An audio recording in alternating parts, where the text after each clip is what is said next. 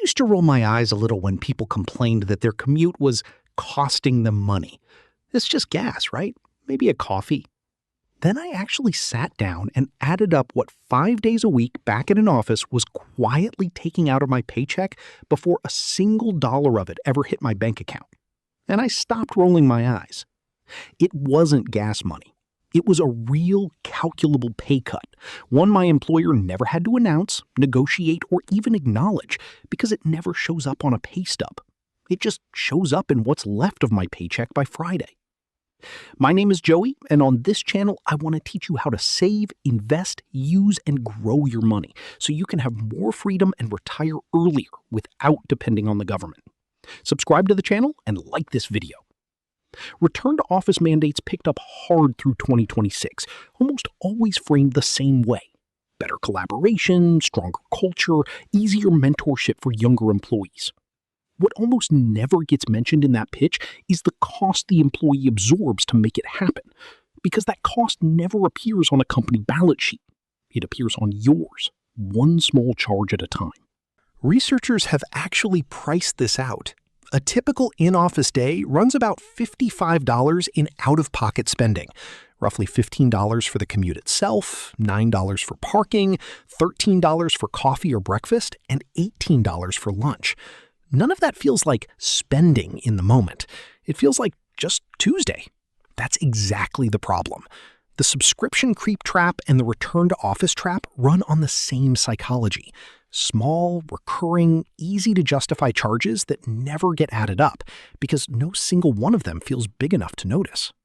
The timing makes this worse, not better.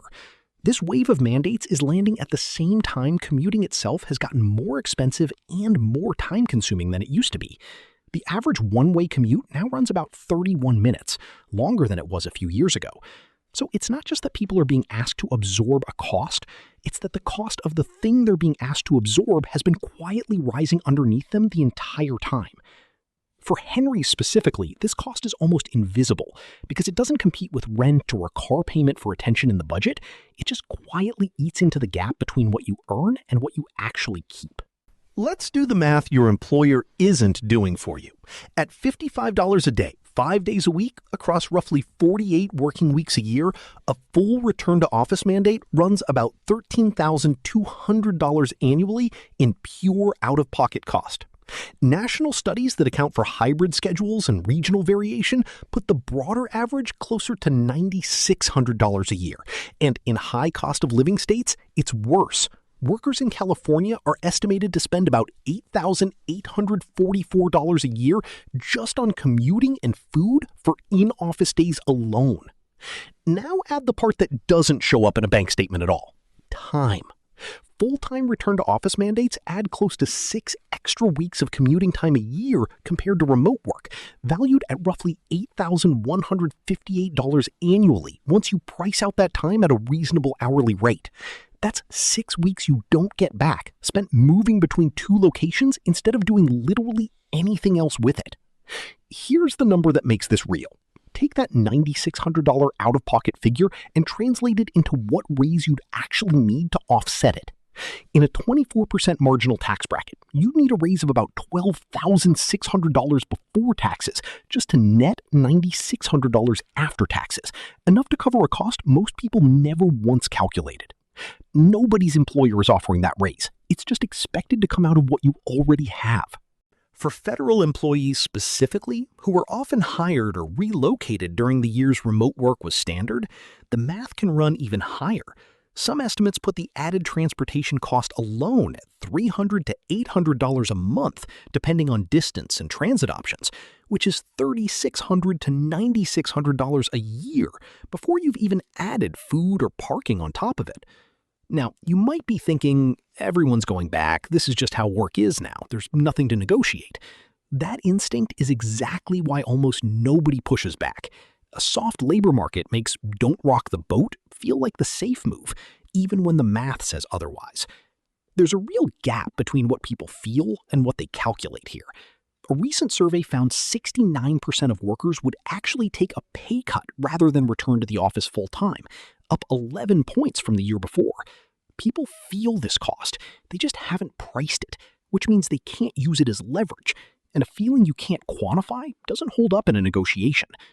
And because the cost arrives in small pieces, a coffee here, a parking fee there, it never triggers the same alarm a single big number would. $10 a day doesn't feel like anything. $9,600 a year? There's one more layer to this. A return-to-office mandate is framed as a policy decision, not a compensation decision, so most people never file it under the same mental category as a pay cut in the first place. Nobody would sit quietly through an employer announcing, "We're reducing your effective pay by $9,000 a year." Frame the exact same thing as, "We're asking you back in the office 3 days a week," and it barely registers as a financial event at all, even though dollar for dollar, it's the same hit to what actually lands in your account. First, calculate your own real number.